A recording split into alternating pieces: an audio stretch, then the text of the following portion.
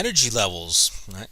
Now that we know what the orbitals look like, and remember that each wave is going to have a different energy associated with it, then we can start to talk about the energy levels that correspond to, say, an S, a 1s, or a 2s, or a 3s, or a 3p, or a 2p, or a 3d, right? What are the energy levels? And we fully expect that, just like we had n equals 1 for E equals 1, E2, E3 for the atom of hydrogen, we fully expect the same kind of a layout of these energy levels with the different orbitals. If you're talking about a hydrogen atom, and so I'm going to skip for just a second. Look at this little bit of this diagram right here. If you have a hydrogen atom with its one electron, then the E1, the energy level, the ground state, would be a 1s orbital. That's the closest to the nucleus I can get. That's the lowest energy level, a 1. And I know in that one level there's an s orbital. And so it's going to be a spherical electron. If you promote that electron up to the 2 level, so shine some light on it, or heat it up, or shoot some electricity through it, or give it some energy, right? So the electron absorbs the energy and comes up to the 2 level instead now. In the 2 level, I have both S's and P's. And so it could be any one of those. It could be an S, a 2S, or it could be the 2px, or the 2py, or the 2pz, right? It could be those different waves because they all have the energy of E2 level.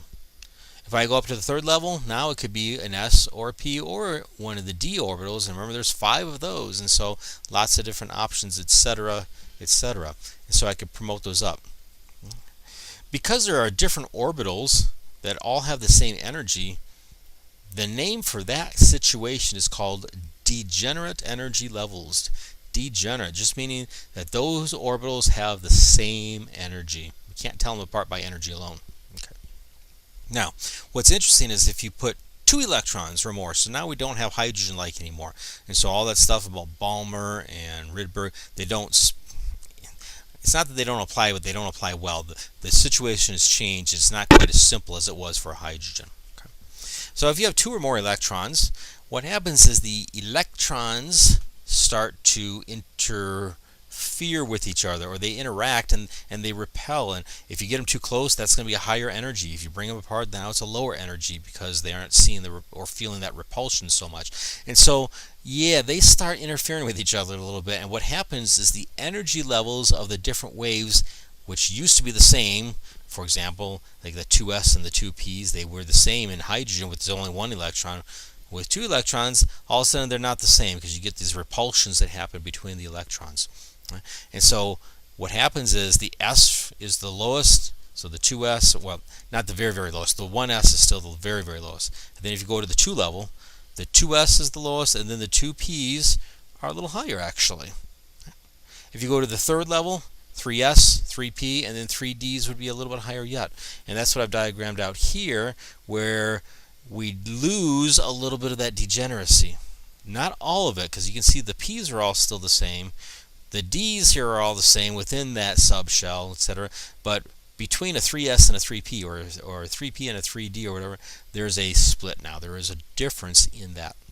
So we have this general idea of what the energy levels are going to look like. What I didn't show very well here is how they clump up as you get to higher energy levels. So the 1 level is down here, and then the 2 level, and then the 3rd level doesn't go up so high, and the 4th level is just a little higher there, and the 5th one, they start to kind of cluster and clump up and finally hit 0 on the very top there. So this is working or happening in the context of that idea of the spacing. And so here's the picture from the book, and they, I think, did a pretty good job. The 1s is down here. Here's the 2s, where again, I don't have degeneracy between the s and the p, but I do have a 3-fold degeneracy here within the p's alone, the 2p's. So, and then the 3rd level, notice the 3rd level, it's up higher, but that gap here, the difference is not as big as it was from the 1 up to the 2. Right? But to the 3rd level, you got the s's, the p's, and the d's. Right? And then the 4th level, right? On average, if you look at the average value of these 3's versus the average level of these 4's, and there's also going to be a 4D and a 4F as well, right? That difference goes up a little more. But again, not as much as it went up between the 3 and or between the 2 and the 3, or for that matter, between the 1 and the 2, right? And so they start clustering.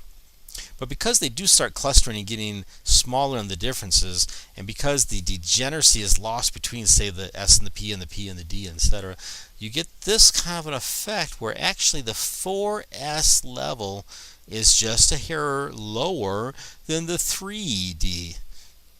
Now that's not expected. You think, hey, it's the fourth level, not the third level. Right? The fourth level is farther out. It's at a higher energy. But because we get this lost degeneracy between the S's, the P's, the D's, the orbital, the subshells, right? Then they actually start to overlap with especially with the crowding of those upper energy levels as they start clustering together. And so the exact order of energy is not quite what you'd expect because of those type of effects. All right, we're going to have to come back to this idea of the energy levels to see what all of these various electrons are going to look like. If you try, like carbon, it's got 6 electrons. If we try to fit all those carbons around, all of them have a wave, different levels, different shapes, different orientations. What is that going to look like, right? And that gets pretty confusing. So we're going to have to come back to this diagram here. But before we do, hey, guess what? There's a fourth quantum number that we haven't talked about yet. Yep, an actual fourth one.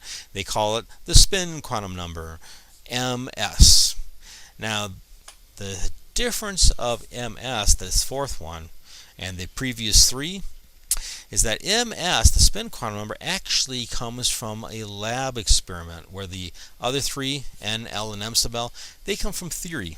Right? They come from solving that Schrodinger equation, finding out the equation for psi, and hey, look at, there's 3 quantum numbers in it, right? ms does not show up in actually the equation for psi, the wave number, the wave equation. It's just not there. But when we went into the lab and saw how these electrons were, all of a sudden we needed a fourth quantum number. And it's a very simple concept. If you have an electron, I'll think of it as a particle here for a second, all right? If you got an electron and it's a charged little particle and you set it spinning, if you set it spinning clockwise, any charge in motion is going to develop a magnetic field. And if you spin it clockwise, it's going to be like the North Pole going up, maybe, let's say. If you spin it counterclockwise, the North Pole will be pushing down.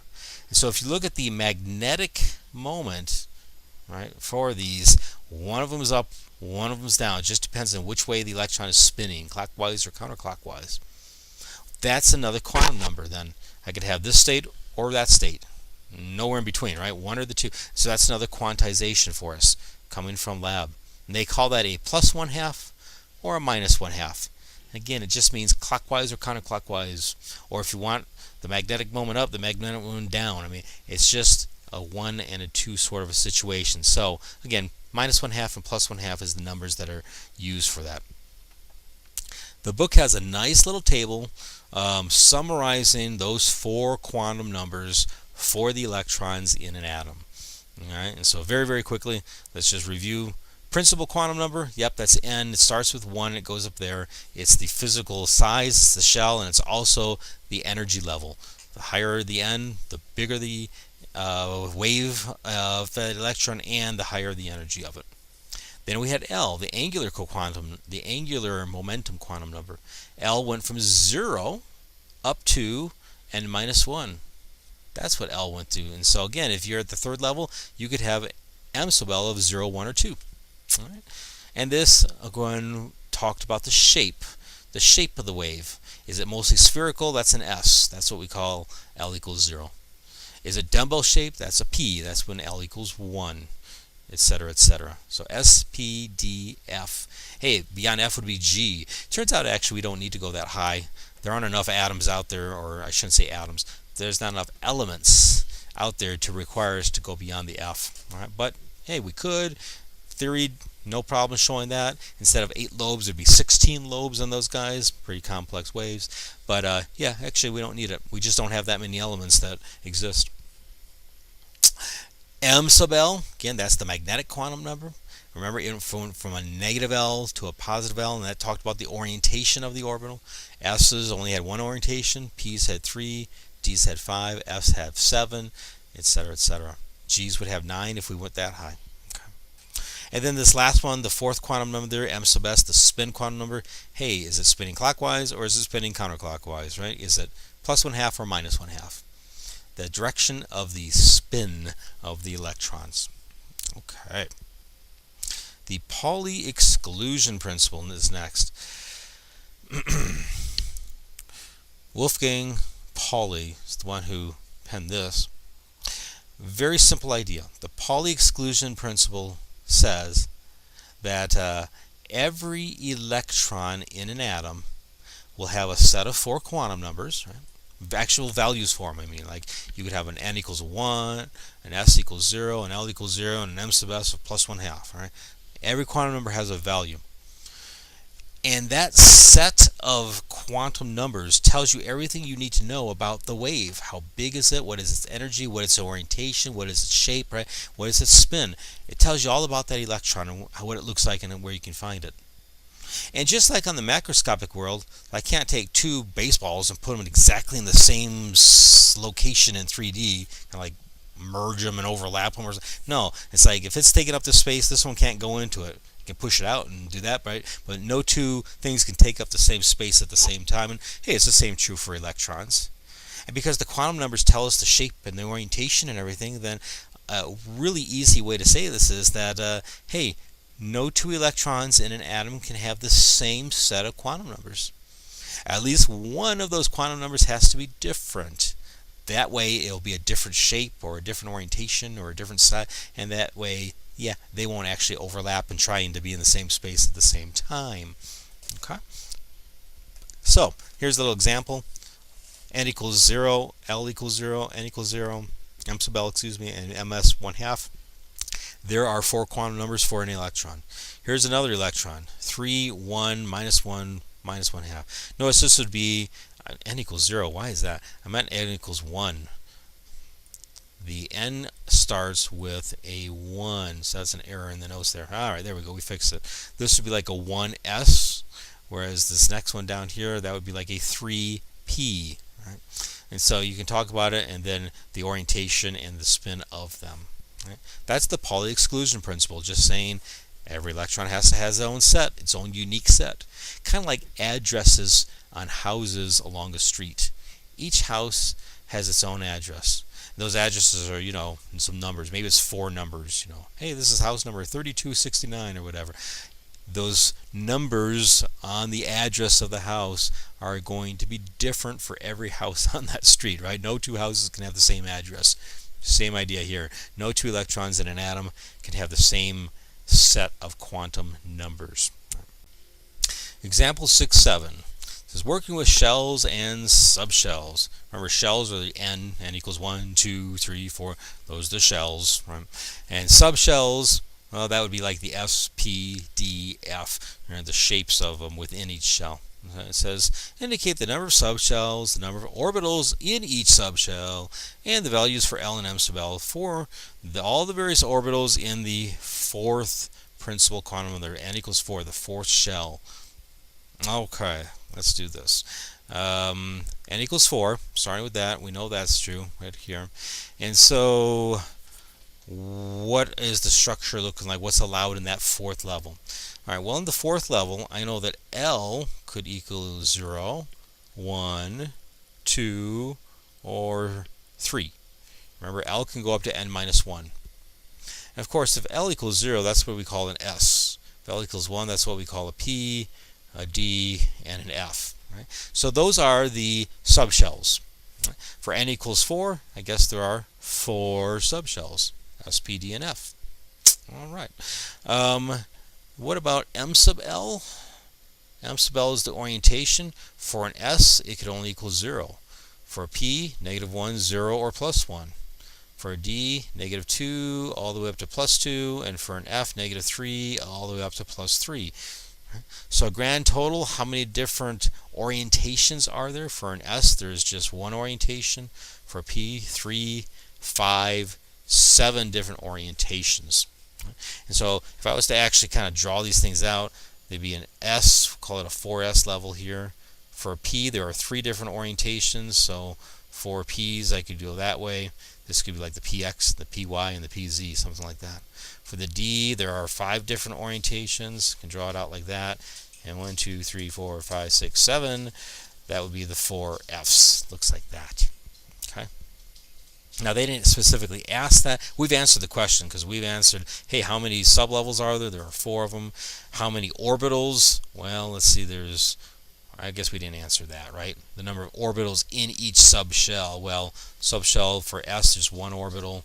For P, there are 3 of them. There they are, 1, 2, and 3, or the 3 orientations if you want to think about it that way. The D, there are 5. The F, there are 7. So we more or less did all that. Right? And so, what about the number of electrons? Well, think about this guy right here. I know its orientation, I know its principal quantum number, and I know its L quantum number. That's 3 out of the 4 quantum numbers. There's only one left, and that's the spin one. And spin could be either up or down. And so if you think about it, I could have an up spin or a down spin, and sometimes that's exactly how we orient it. And so the number of electrons that could have those 3 quantum numbers, 4, 0, and 0, are, well, 2 different electrons could have it. Because one, the 4th quantum number would be an M sub s plus 1, and the other one a plus 1/2, excuse me. And the other one a minus 1/2. And the same is going to be true for all of these. There are 2 electrons that can fit in each one of these because each one could have a plus 1/2 or a minus 1/2, etc., etc. So I could fit all those electrons in. So how many fit total in the 4th level? N equals 4? I guess grand total, if you look at just orbitals, there's 1, 2, 3, 4, 9, 16. 16 different orbitals. How many electrons? Because there are 2 in each one, I guess that's 32. There's a grand total of 32 that can fit in there. Right. If you want to start counting how many orbitals and how many electrons can fit in each level, let's try that. N of 1, there's just 1 orbital and 2 electrons that can fit into it. So electrons and orbitals, will make a little table here. For n equals 2, I have both an s and a p. There's 1 s and there's 3 p's, right? So that's 4. 2 per, so I guess that's a grand total of 8 electrons that could fit in the 2nd level. Again, that 3 comes from the idea of 1s. I'm sorry, that 4 comes from the idea of 1s and 3 p's. That goes together to give you a grand total of 4 orbitals. Okay. In the 3rd level, I could have the s's and the p's. So I could have 1s, I could have those p's, and then I could have the d's, which there are 5. So that's a grand total of 9. 2 per, and so number of electrons that could fit in that 3rd one are 18. N equals 4. You get the idea. 1 plus 3 plus 5, now plus 7 for those f orbitals. And so that's a grand total of 16. And 2 per, so 32 total electrons could fit in that 4th level, just like we got up above. Same answer. There's a generic formula here. If you look at these numbers, 1, 4, 9, 16, those are perfect squares, right? This is 1 squared. This is 2 squared. This is 3 squared. 4 squared. All right, so if you have some generic n level, how many orbitals are there? N squared, whatever that is. How many electrons? Well, 2 per that, so 2 times n squared would be the number of electrons that could fit total in any given energy level.